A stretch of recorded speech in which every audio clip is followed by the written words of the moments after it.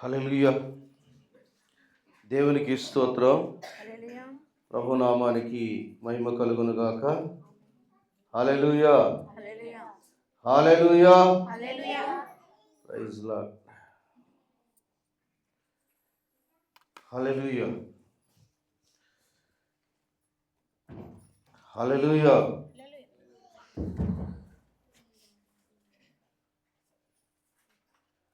హల్లెలూయా. Hallelujah. దేవునికి స్తోత్రం. ప్రభుకి మహిమ కలుగును గాక. ప్రభు నామానికి ఘనత కలుగును గాక.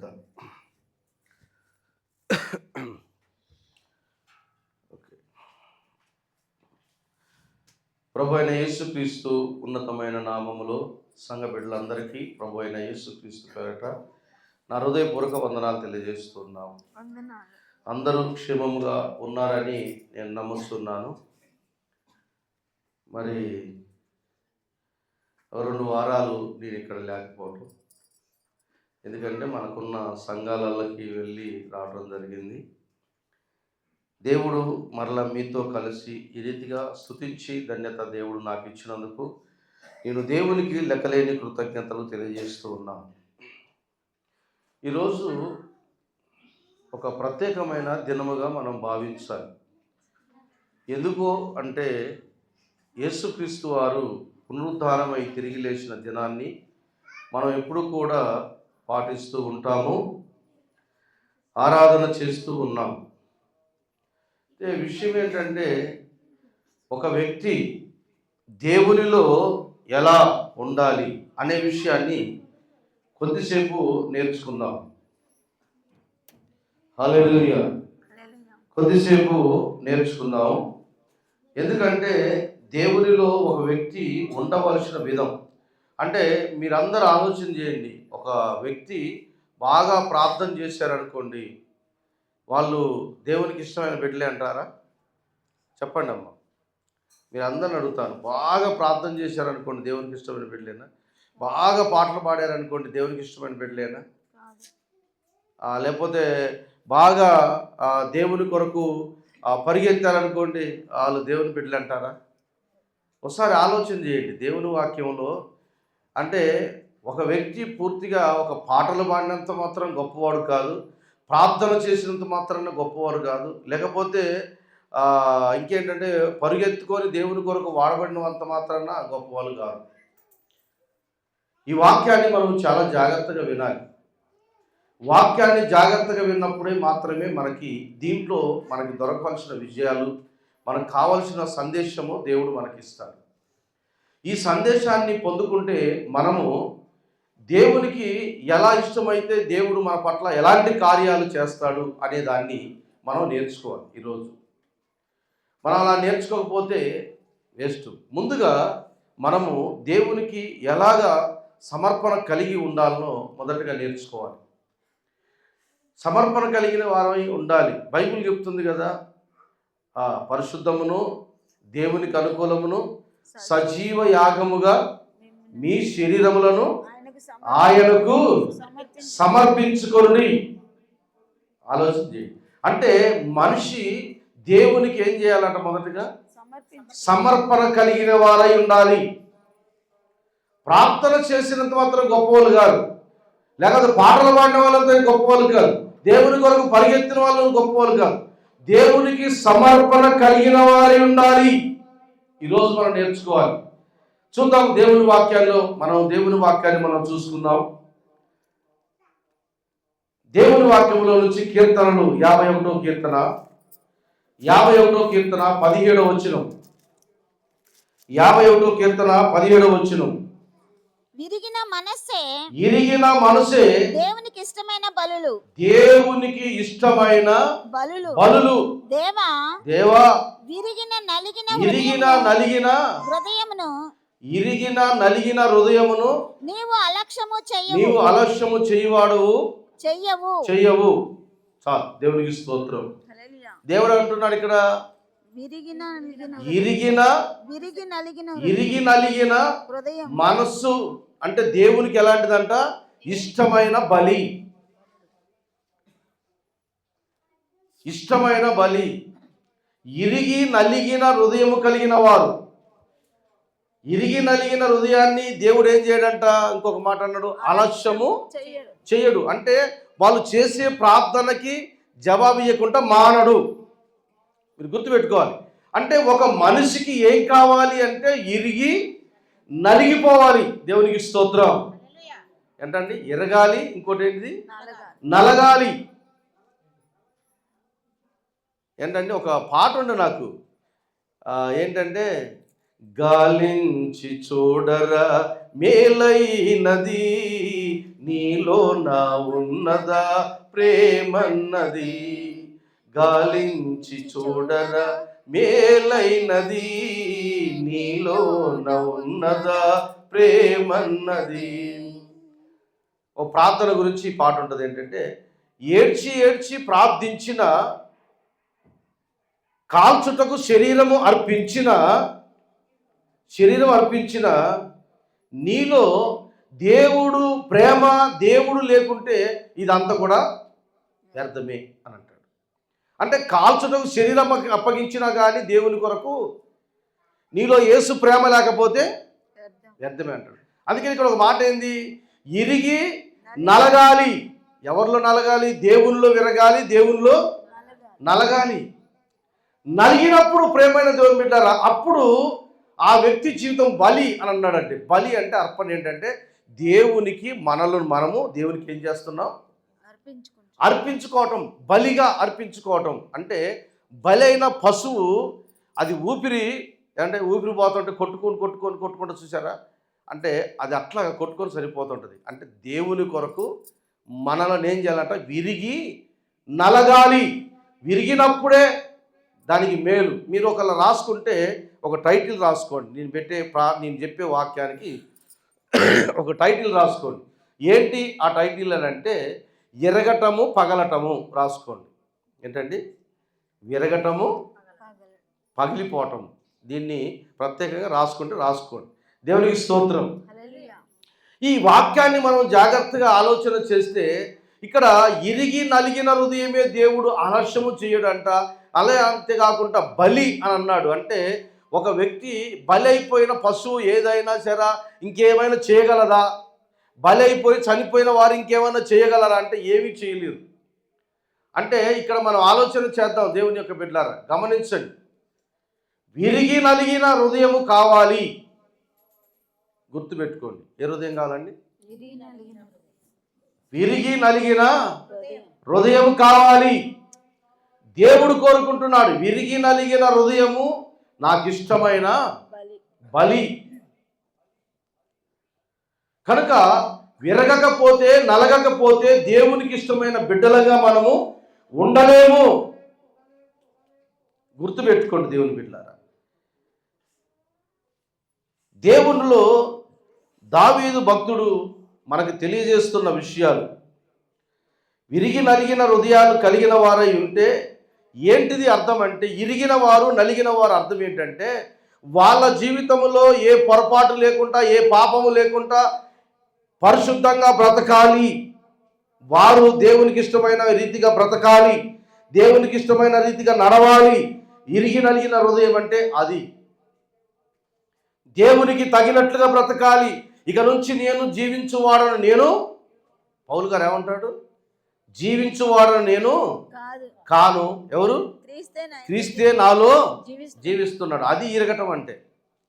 అందుకనే పౌలు గారు ఆయన ప్రార్థనలో కూడా చాలాసార్లు ఆయన్ని మనం చూస్తే ఎన్నిసార్లు ఆయన హింసలు పడ్డాడు, బాధలు పడ్డాడని మనం ఎన్నోసార్లు చెప్పుకున్నాం ఈ విషయాన్ని. కనుక ఆయన దేవుని కొరకు ఏమైందంటే విరిగిండు, నలిగిండు. గుర్తుపెట్టుకోండి. కనుక ఈరోజు విరిగి నలగటం అంటే ఏంటంటే మనలో అహంభావం ఏమైపోవాలా? ఇరిగిపోవాలి. గుర్తుపెట్టుకోండి. మనలో అహంభావము, గర్వము అంటారు కదా, అది ఆ గర్వం ఏమైపోవాలి? విరిగిపోవాలి దేవుని కొరకు. అహంభావము, ఇంకేంటండి? అవివేకము, లేకపోతే మనలో ఉన్న వ్యసనాలు, పాపాలు సమస్తము ఏమైపోవాలి? విరిగిపోవాలి. అవి ఎరగకపోతే నీ జీవితంలో నీవు దేవునికి బలిగా మారలేదు అని అర్థం అనమాట. అంతే. దేవునికి బలిగా మారేవాళ్ళు ఎవరు అని అంటే ఇరిగి నలిగిన వారే దేవునికి బలిగా మారిన వారు. ఈ విషయాన్ని గుర్తుపెట్టుకోవాలి. ఒకటి, పాప విషయములో మనము ఇరిగిపోవాలి. ఏమండి? ద్వేషించే విషయంలో ఇరిగిపోవాలి. అసలు మనలను మనమే ఏమైపోవాలా? విరిగిపోవాలి, నలగగొట్టుకోవాలి, ఇరిగి నలిగిపోవాలి. ఇరగాలి, నలగాలి దేవుని కొరకు. విరిగి నలిగిన వారే అప్పుడు దేవుని కట వాళ్ళు ఏమవుతారటంటే ఇష్టమైన బలి. అంటే ఇష్టమైన బలి, వారు మాత్రమే దేవునికి ఇష్టలు. దేవుడు ప్రేమైన జనులారా, దేవుడు గొప్ప కార్యాలు చేయడానికి, అద్భుత కార్యాలు చేయడానికి కొన్ని కార్యాలు మనం చూడగలుగుతాం.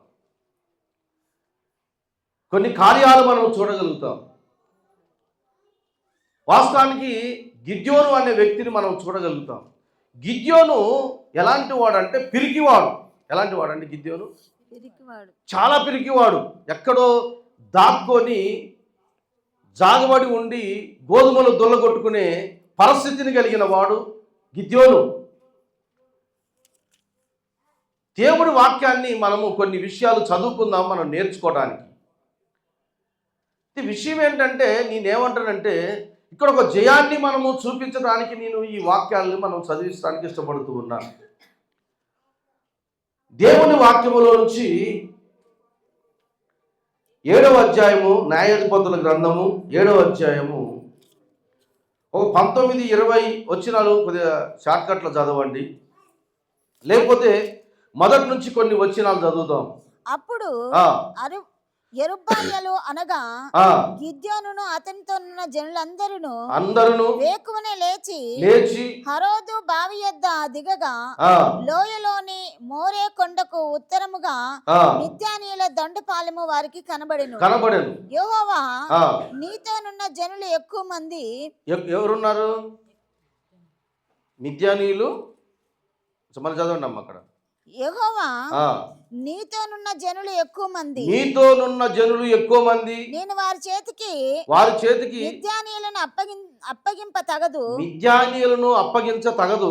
ఇశ్రాయేలీయులు నా బాహుబలము నా రక్షణ కలుగజేసుకొని అనుకొని నా మీద అతిశయించుదురేమో. ఓకే, చాలండి. ఇక్కడ ఒక విషయాన్ని మనం నేర్చుకోవాల్సిన పాఠం ఉంది. దేవుడు ఒక మాట చెప్తున్నాడు గిద్యోనుతోటి. ఏమనంటే, నీతో ఉన్న జనులు ఏంటండి? ఎక్కువ మంది అంటే 32,000 మంది. ఎంతమంది ఉన్నారు? 32,000 మంది జనులు ఎక్కువ. కనుక ఈ జనులను తీసుకొని నువ్వు యుద్ధం చేస్తే వాస్తవానికి దేవుని ఉద్దేశం ఏంటిది? దేవుని ప్రజలను గెలిపియాలనే ఉద్దేశం దేవుడికి ఉంది. గుర్తుపెట్టుకోండి, చాలా జాగ్రత్తగా ఆలోచన చేయండి. అటు ఇటు చూడొద్దు, దేవుని వాక్యంకి వెళ్ళి జాగ్రత్తగానండి. దేవునికి ఒక ఆలోచన ఉంది. ఏంటి అని అంటే, గిద్యోను ఇశ్రాయేలీయులను అందరినీ దేవుడు ఏం చేయాలనుకుంటున్నాడు? దేవుడే గెలిపించాలనుకుంటున్నాడు. వీళ్ళ సామర్థ్యతను బట్టి కాదు గెలవాలనుకునేది, వీళ్ళని బట్టి గెలవాలని దేవుని ఉద్దేశం కాదు. గెలిపించాలని, వీళ్ళని దేవుడే ఉండి గెలిపించాలని, యుద్ధం చేయాల్సిన పని లేకుండా. దేవునికి స్తోత్రం కలుగును గాక. ఇప్పుడు 32,000 మందిని తీసుకొని యుద్ధానికి పోతే ఒకళ్ళ వీళ్ళు దేవుడు గెలిపిస్తాడు. గెలిచినాక వీళ్ళు ఏమనుకుంటారు? మా బలంతో మేము గెలిచాం. చాలా జాగ్రత్తగా ఆలోచన చేయండి దేవుని బిడ్డలారా, గమనించండి. మీరు నేర్చుకోవాల్సిన పాఠం, మీకు అవసరమైన మాటలు మీకు నేర్పిస్తున్నా. మీకు మీ యొక్క గ్రామాలలో మీ కుటుంబాలకి ఇది ఆశీర్వాదకరమైన మాట.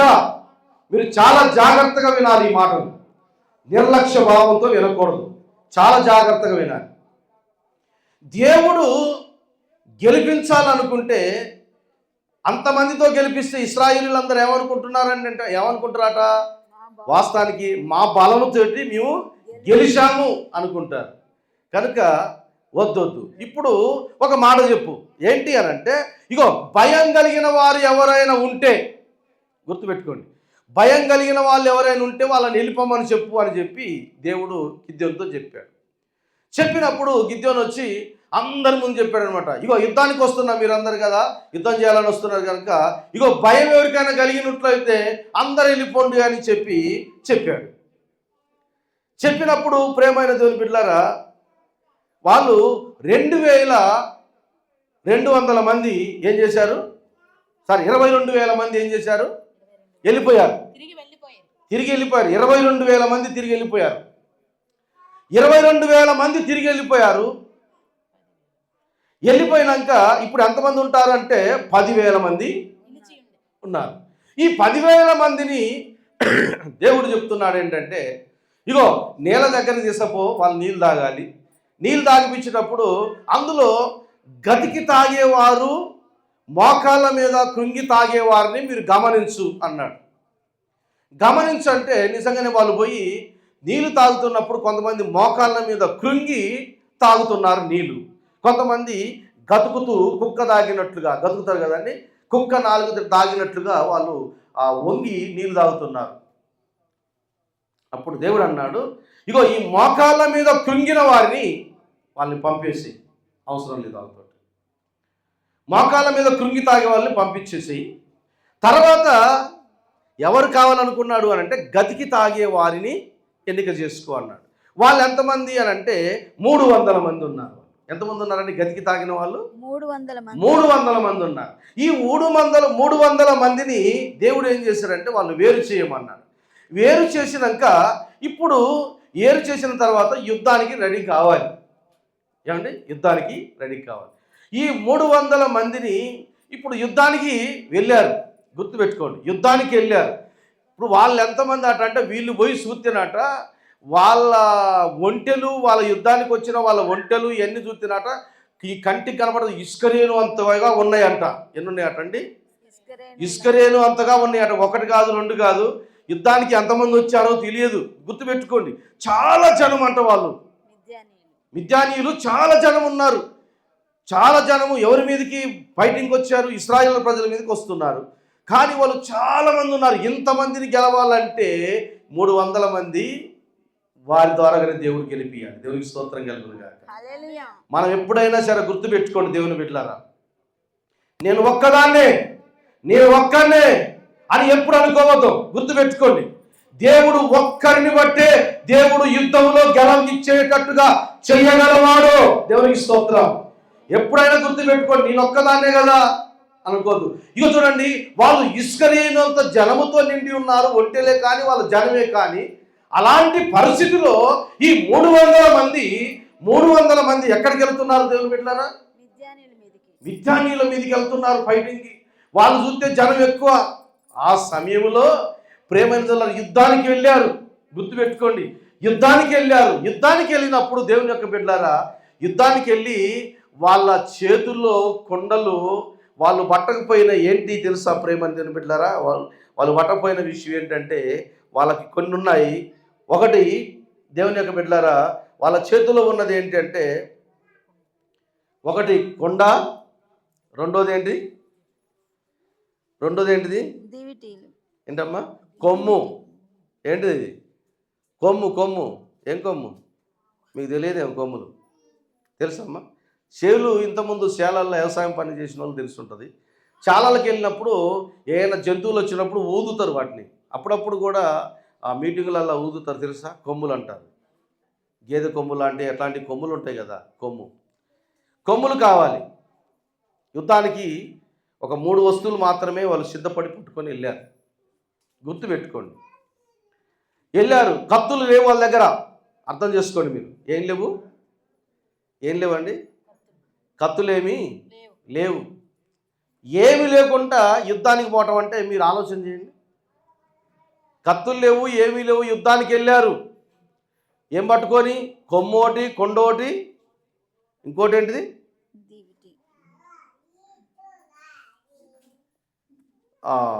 ఇంకొకటి ఏదో ఉంది, చెప్తాను, దాన్ని కూడా గుర్తుపెట్టుకొని చెప్తాను. దేవునికి స్తోత్రం. ఈ 3 వస్తువులు పట్టుకొని వెళ్ళారు దేవుని బిడ్డలారా. దివిటీలు, రైట్. ఆ దివిటీలు పట్టుకొని వెళ్ళారు. 3 వస్తువులు పట్టుకొని ఆ ప్రజల మీదకి యుద్ధానికి వెళ్ళారు. యుద్ధానికి వెళ్ళినాక విషయం ఏంటంటే కుండలు ఖాళీ కుండలు కావు. ఏం కుండలు కావాలి? ఖాళీ కుండలు కావు. ఆ కుండలలో ఏమున్నాయి తెలుసా? దివిటీలు ఉన్నాయి. దేవునికి స్తోత్రం కలుగును గాక. ఏమున్నాయండి? దివిటీలు ఉన్నాయి కుండలలో. ఆ కుండలలో దివిటీలు ఉన్నాయి. ఇగో పొయ్యి ఒకటేసారి ఆ చుట్టూ వీళ్ళు తిరిగారు, ఈ ప్రజలు చుట్టూ తిరిగారు.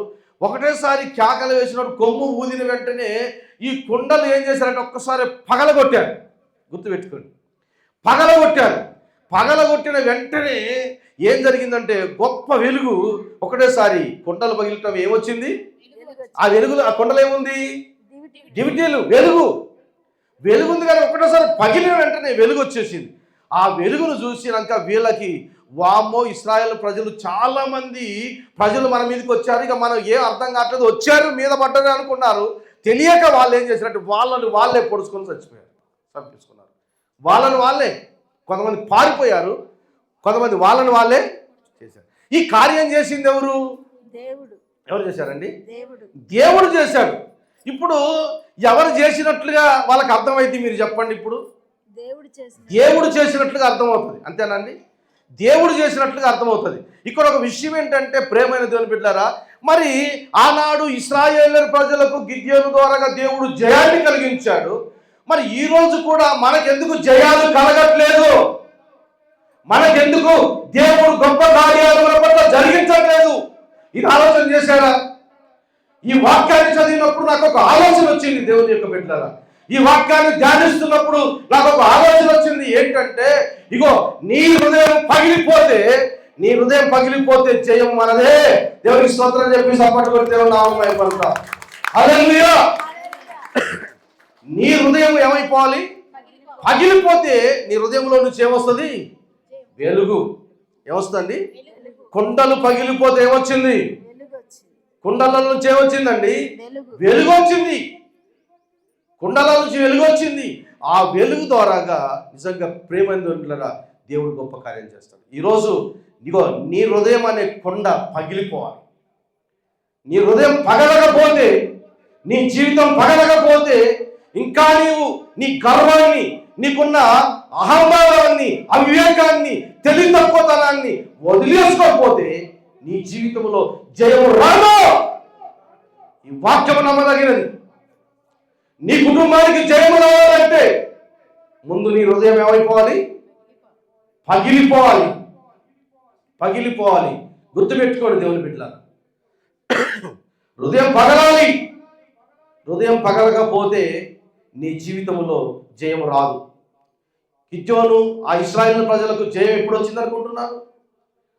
వాళ్ళు ముందు దాన్ని సూచనగా ఇగో మట్టి కుండది. ఏం కుండ అండి? గుర్తుపెట్టుకోండి, ఏం కుండది? మట్టి కుండ. ఈ మట్టి కుండ మన శరీరానికి సూచన. ఈ కుండ పగిలిపోవాలి. నీ హృదయం అప్పుడు తెరవబడుతుంది, నీ బ్రతుకు తెరవబడుతుంది, నీకు జయాన్ని వస్తుంది. ఇప్పటికి కూడా నువ్వు పగలపోలేదు, ఇరిగిపోలేదు, నలిగిపోలేదు. నువ్వు దేవునికి బలిగా ఎలా పనికొస్తావు? పనికిరావు. దేవుని కొరకు పగిలిపోయిన హృదయం కావాలి, ఇరిగిపోయిన హృదయం కావాలి. పగిలిపోయిన వెంటనే దేవుని బిడ్డలారా ఎలుగు వచ్చేసింది. అలాగనే మన గుండె కూడా పగిలిపోతే, మన జీవితం పగిలిపోతే, మన పాపం పగిలిపోతే, మన అహంభావం పగిలిపోతే, మనకున్న అహంభావము పగిలిపోయి ఇరిగిపోతే, అప్పుడు మన జీవితంలో గొప్ప వెలుగు పొందుకుంటాం, గొప్ప ఆశీర్వాదాలు పొందుకుంటాం, గొప్ప జయాన్ని పొందుకుంటాం. అలాగనే ఈరోజు మనము ఆ ఆశీర్వాదాలు పొందుకోలేకపోతున్నామంటే, ఆ జయం మనకి రావట్లేదంటే ఏదో మన దగ్గర లోపము ఉన్నది. ఏమండి? అందుకనే ఆ లోపం ఏంటనుకుంటున్నారు? దేవుడు అక్కడే చెప్పాడు కదా, మొదటగా మనం చదువుకున్నాం కదా, న్యాయాధిపతులు ఏమన్నాడు? ఇగో మనము వీళ్ళందరినీ తీసుకొని పోయి యుద్ధం చేస్తే వీళ్ళకేమొస్తుందట? మేమే దాన్ని మా బలం చేత గెలిచాము అని చెప్పుకుంటారు వీళ్ళు. అది మనకొద్దు. చూసారా, అక్కడ దేవుడు వాడిన పదం చాలా అద్భుతమైన పదంగా ఉంది. ఏంటంటే అక్కడ మనం అనుకుంటాం కదా, నేను అంటే ఒకవేళ చాలామంది మీరు ఏమనుకోద్దు దయచేసి, నేను పాడాను అసలు ఎంత బాగుంది అనుకోవద్దు. నేను వాక్యం చెప్పాను ఎంత బాగుంది అనుకోవద్దు. నేను చేసే ప్రతి పని దేవుడు ఇట్లా చేశాను అని మనము గర్వంతో చెప్పుకోవద్దు. అదంతా కూడా ఏమైందంటే తెలుసా అండి, దేవునికి ఇష్టమైంది కాదు. దేవునికి ఇష్టమైంది కాదు. దేవునికి కావాల్సింది ప్రేమందులరా, ఇగో నిన్ను గెలిపించుకోవాలంటే దేవునికి కావాల్సింది ఏంటి తెలుసా? నీ దగ్గర నుంచి కోరుకునేది నీ యొక్క విరిగి నలిగిన హృదయము ఆయనకి ఇష్టమైన బలి. విరిగిపోవాలంతే. విరగకుండా నలగకుండా నేను ఆయన బిడ్డలను చెప్పుకోవడానికి ఏ అర్హత మనకి లేదు. ఈ విషయాన్ని గమనించు, దేవుని బిడ్డలను గమనించు. దేవుని దగ్గర ఇరిగి నలిగి పోకపోతే నువ్వు దేవుని బిడ్డవు కాలేవు. ఎన్ని సంవత్సరాలు ఆరాధనకు వచ్చినా, ఎన్ని సంవత్సరాలు దేవుణ్ణి స్తుతించిన, పాటలు పాడిన, వాక్యాలు బోధించిన, లేకపోతే దేవుని కొరకు సువార్తను ప్రకటించిన, నువ్వు దేవుని బిడ్డవు కాలేవు. దేవుని బిడ్డవు కావాలంటే నీ జీవితము విరిగి నలిగిపోవాలి. దేవుని స్తోత్రం. విరిగి నలిగిపోవాలి.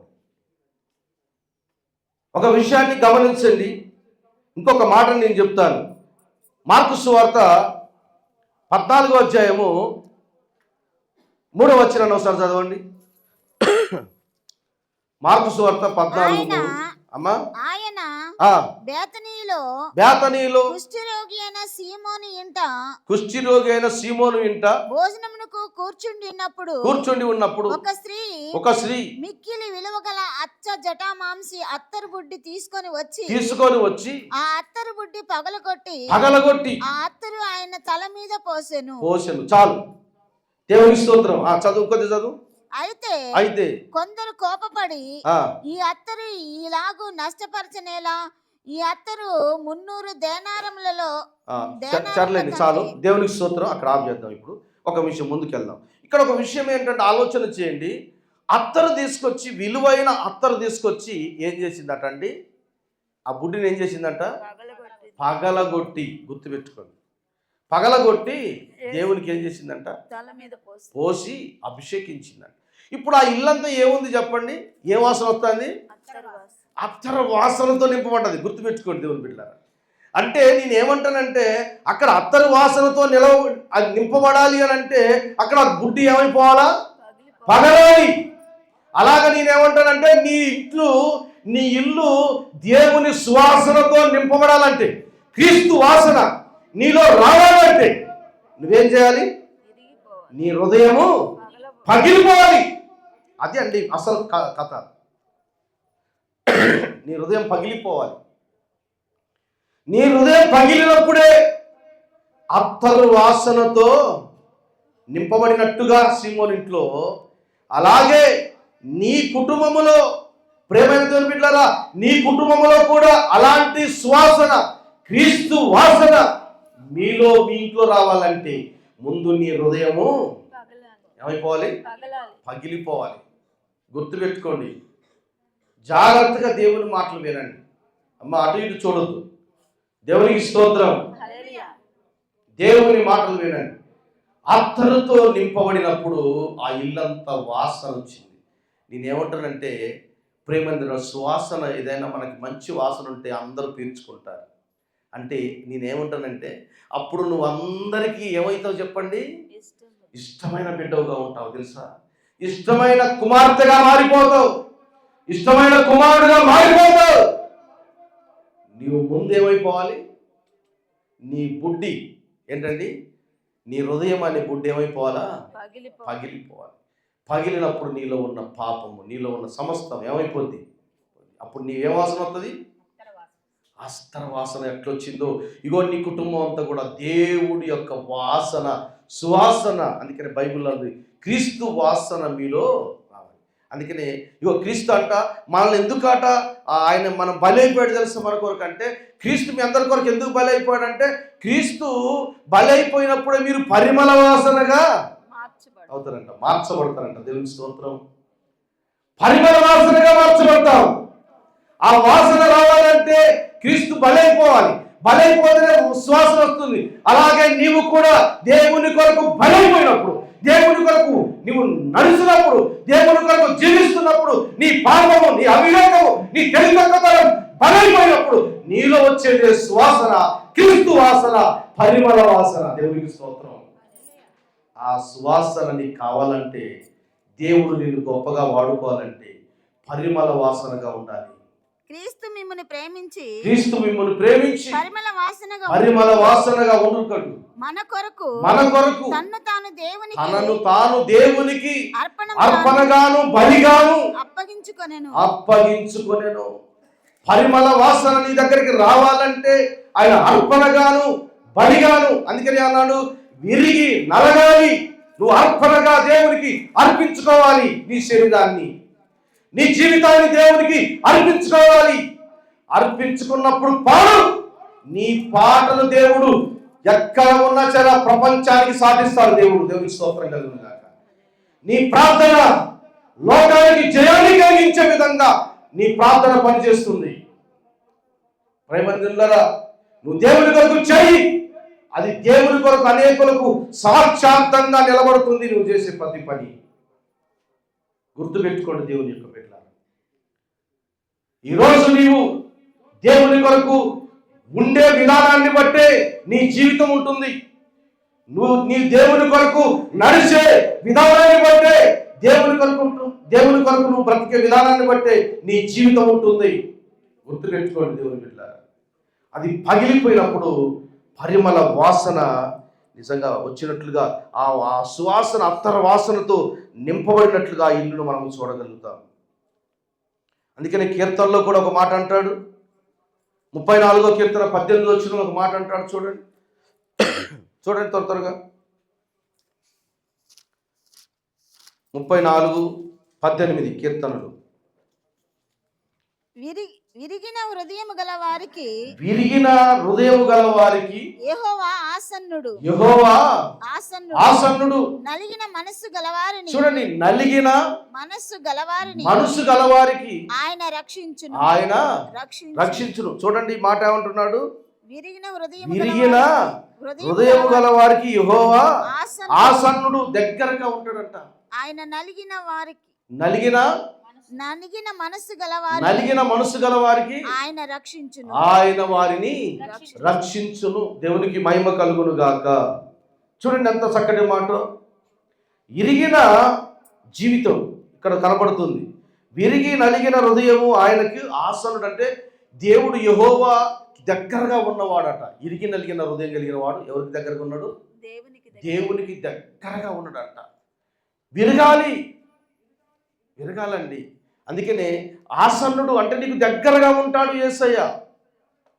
విరిగినప్పుడే, యేసయ్య చేతిలో నువ్వు ఉన్నప్పుడే నీ ఆశీర్వాదం. ఒక విషయాన్ని మీకు మాట చెప్తా. 5 రొట్టెలు 2 చేపలు. ఎన్ని రొట్టెలు? 5 రొట్టెలు 2 చేపలు. ఎంతమంది పెట్టాడు దేవుడు? పురుషులే 5,000 మంది. ఇప్పుడు ఒక విషయం గమనించండి. అది యేసు ప్రభు వారి చేతిలోకి వచ్చినప్పుడు దాన్ని ఏం చేశాడు దేవుడు? విరిచిండు. గుర్తుపెట్టుకోండి, యేసు ప్రభు చేతిలోకి వచ్చినప్పుడు దేవుడు ఏం చేశాడు అంటే ఆ రొట్టెని విరిచిండు. విరిచినప్పుడు అదేమైంది? ఎంతమందికి వచ్చిందంట? 5,000 మంది పురుషులే తిన్నారంట. గుర్తుపెట్టుకోండి. ఇక్కడ ఆలోచన చేసుకోండి ప్రేమైన దేవుని బిడ్డలారా. అంటే విరిగినప్పుడు దేవుని దగ్గరకు వచ్చి మనం ఏమయ్యాలి? ఏం చేయాలి? విరగాలి దేవుని దగ్గర. ఎరగటం అంటే మనం అర్థం చేసుకోండి, మిమ్మల్ని ఎవరో ఇరిచిపడేయరు. కానీ గుర్తుపెట్టుకోండి, మీ మనసులో ఉన్న అహంభావం అంటారు చూసారా, అది ఏమైపోవాలా? విరిగిపోవాలి, విరగాలి. అహంభావం అంటారు దాన్ని. అది ఎరగకపోతే నీ బ్రతుకు మారదు. నువ్వు ఎంతకాలం ఉన్నా నీ జీవితం అంతే, నీ కుటుంబం అంతే. నువ్వు వర్ధిల్లలేవు, ఆశీర్వాదానికి అర్హత లేదు అక్కడ. ఇప్పుడు ఏమైండు? యేసు ప్రభు చేతులకు వచ్చినాక ఆశీర్వదించబడ్డాయి రొట్టెలు. అవునా కాదండి? మనం కూడా మన శరీరాలు యేసుకు సమర్పించి ఆయన చేతిలో మనం ఇరిగిపోతే ఇతరులకు ఆశీర్వాదకరంగా బతుకుతాం మనం, ఇతరులకు దీవెనకరంగా బతుకుతాం మనం. అవునంటారా కాదంటారా? దేవుని చేతుల్లో మనం ఏమయ్యాలి? ఇప్పుడు ఇరిగిపోవాలి. గర్వం ఉండదు. ఆ గర్వం ఉంటే దేవుడు అన్నాడు, ఓ గర్వము నిన్ను గద్దెలు తీస్తానన్నాడు దేవుడు. దేవునికి స్తోత్రం కలుగును గాక. గర్వం మన జీవితంలో ఉండొద్దు. నువ్వు ఏ గద్దెకి కూర్చొని గర్విస్తున్నావో ఆ గద్దె నుంచి నిన్ను కింద పడేస్తా, గర్వాన్ని తొలగిస్తా అంటాడు దేవుడు. దేవునికి ఇష్టమైన పని ఏంటంటే గర్వం ఉండకూడదు. గర్వం ఉండకూడదు. అది ఏమైపోవాలంటే యేసు ప్రభు చేతులకు వస్తే అవన్నీ పోతాయి. దేవునికి స్తోత్రం కలుగును గాక. యేసు ప్రభు చేతులకు వస్తే అవన్నీ పోతాయి. యేసు ప్రభు చేతులకి నువ్వు రా, వచ్చినంత కాలము నువ్వు ఉన్నత కాలం ఆశీర్వాదానికి కర్తవ్యం, నీ కుటుంబం ఆశీర్వాదానికి కర్తవ్యం ఉంటారు. మీ జీవితాలు, మీ యొక్క పిల్లలు, మీరు వ్యవసాయం చేయి లేకపోతే ఉద్యోగాలు చేయి, ఏ పనైనా చేయగాక దేవుని ఆశీర్వాదం కావాలంటే ఆయన చేతుల్లో మనము ఉండాల్సిందే. ఉండకపోతే మనం ఆశీర్వాదానికి కర్తలు కాలము. దేవుని మాట విన్నంత కాలము మనం గొప్ప వాళ్ళే ఉంటాం, వినకపోతే నష్టపోతాం. దేవుని మాట వినాలి, దేవునికి ఆశీర్వాదకరంగా బ్రతకాలి. ఆయన చేతుల్లోకి రా. నువ్వు రాకుండా దూరం దూరం నొక్కుతున్నావు. ఆయన చేతుల్లో రాకుండా ఇగో నేను ప్రార్థన చేస్తున్నానండి, నేను ప్రార్థన పడుతు, ఇగో నేను ప్రార్థన ఇది అది ఎన్ని చెప్పుగాక దేవుని చేతుల్లో ఉన్నప్పుడు మాత్రమే నీ ప్రార్థన ఫలిస్తుంది. దేవుని చేతుల్లో ఉన్నప్పుడు మాత్రమే నీ పాట, నీ రాగం, నీకున్న సమస్తం, నీ కుటుంబం ఫలిస్తుంది. అది లేకపోతే నీ జీవితంలో ఆశీర్వాదం రాదు. దేవుని స్తోత్రం. రాదండి. దేవుని చేతుల్లోకి వెళ్ళాలి. నువ్వు ఇరిగిపోయి ఆయనకి ఇష్టమైన బలిగా మారాలి. నువ్వు విరిగిపోవాలి. ఇరిగిపోయి ఆ ఎంతమందికి పంచారండి. దేవునికి స్తోత్రం కలుగును గాక. దేవుడు ఎంత గొప్ప దేవుడు అండి. దేవునికి మహిమ కలుగును గాక. ఎంత గొప్ప దేవుడు అండి. దేవునికి స్తోత్రం, ఘనత, మహిమ ఆయనకే చెందును గాక. ఏమండి, ఎన్ని గంపలు మిగిలినాయంట? అందరు తిన్నాక ఎన్ని గంపలు మిగిలినాయి? 12 గంపలు. ఇంకొకడ దేవుడు కూడా ఏం చేశాడు తెలుసా? ఇంకొకడ 4000 మందికి పెట్టాడు. అవన్నీ 7 రొట్టెలు కొన్ని చేపలు అని ఉంది. సరే, అవి ఎంతమంది పెట్టారు? 4000 మంది తినగా ఏమండి ఆ ఎన్ని గంపలు మిగిలినట్టంటే 7 గంపలు మిగిలినాయంట. అంటే నేను ఎందుకు అంటున్నానంటే యేసు ప్రభు చేతుల్లోకి ఏదైనా వెళితే అది ఆశీర్వాదమే. దేవునికి స్తోత్రం కలుగును గాక. యేసు ప్రభు చేతుల్లోకి వెళితే అది దీవెనే. యేసు ప్రభు చేతుల్లోకి మన కుటుంబం వెళితే మన కుటుంబం దీవించబడుతుంది. దేవుని పిల్లలారా, మన కుటుంబాలు ఆశీర్వదించబడతాయి. దేవుని పిల్లలారా, మన పిల్లలు ఆశీర్వదించబడతారు. దేవుని పిల్లలారా, కనుక దేవుని చేతుల్లోకి రావాలి. అలాగనే చూడండి, ఇక్కడ 7 గంపల చేత ఎత్తారు వాళ్ళు. ఆ బైబిల్లో రాయలేదు కానీ చరిత్రకారులు చెప్తున్న విషయం ఏంటంటే 7 గంపలు అంట చాలా పెద్దవి అంట. ఈ దేవునికి స్తోత్రం కలుగును గాక. 7 గంపలు ఎత్తడం జరిగింది. కనుక 7 గంపల నిండా ఎత్తారు. 4000 మంది తిన్నారు. అంటే ఇదెందుకు ఈ మాట మీతో పంచుకుంటున్నానంటే యేసు ప్రభు చేతిలోకి మనం ఎవరమైతే వస్తామో మనము మన పిల్లలు కూడా ఏమవుతారు? ఆశీర్వదించబడతారు. ప్రభువా, నీ చేతుల్లో నేను ఇరిగిపోతానయ్యా. యేసయ్యా, నీ చేతుల్లో నేను నలిగిపోతానయ్యా. నన్ను వాడుకో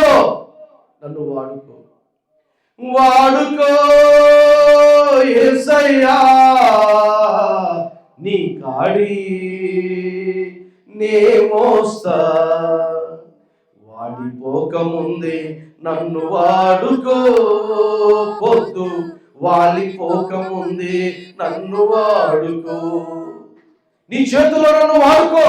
నేను నీ కోసం ఇరుగుతా, నీ కోసం నలుగుతా, నీ కొరకు బలిగా అర్పణగా నీకు కాలుగా అవుతా తండ్రి, నీకు కాలుగా అవుతా తండ్రి